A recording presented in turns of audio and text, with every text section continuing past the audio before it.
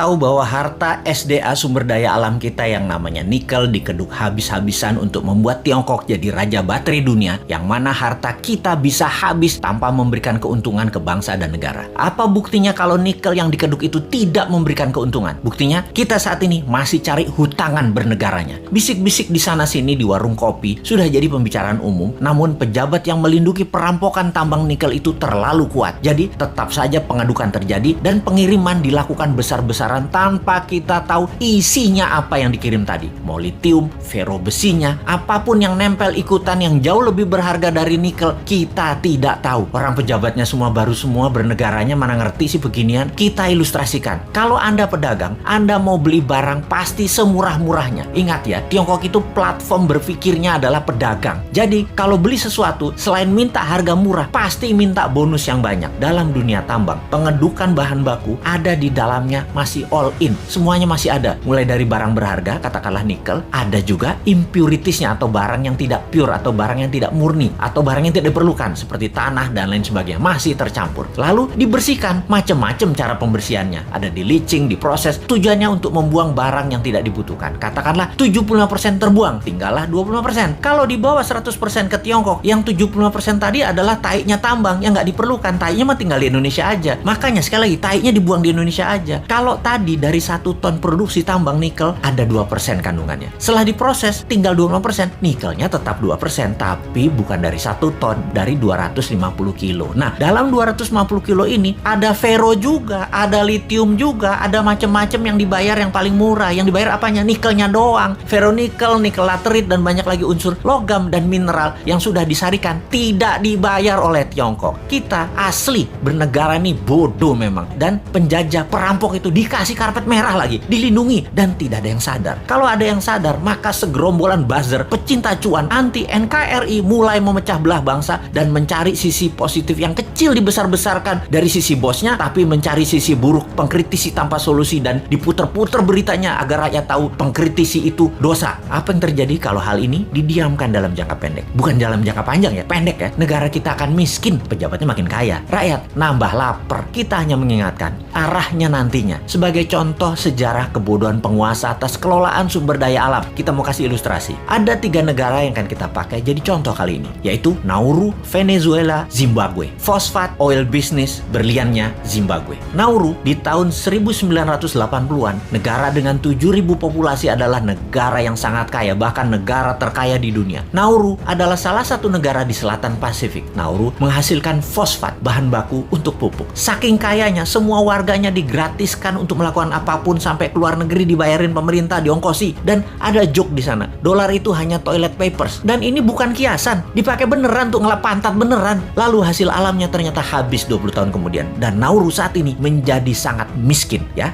Itulah cerita sederhananya. Venezuela dimanja dengan 95% minyak dan gasnya yang diekspor, membuat negara ini menjadi negara petrodolar. Begitu harga minyak anjlok dan uang hasil ekspor tadi hanya buat foya-foya, bukan untuk membangun sektor lain, Venezuela hyperinflasi dan menjadi negara miskin sekarang. Saat ini ketika harga minyak naik, Venezuela sudah tidak bisa produksi lagi dan tidak ada negara mau beli minyak dari Venezuela. Jadilah Venezuela negara paria, negara setengah gagal. Terakhir, Zimbabwe, penghasil berlian. Begitu tambang berlian habis, pecah perang saudara, ambyar negara Zimbabwe yang tadinya makmur dan menjadi salah satu negara termakmur di Afrika. Kesamaan ketiganya adalah tidak bisa mengelola sumber daya alam dengan baik, dijual murah, dikeduk asing, dilindungi pejabat yang berkuasa pada saat itu. Semoga kita bukan jadi negara yang keempat. Uang pinter semua kok pejabatnya, gak mungkin lah ditipu Tiongkok. Emangnya kayak Bosman, bodoh beneran.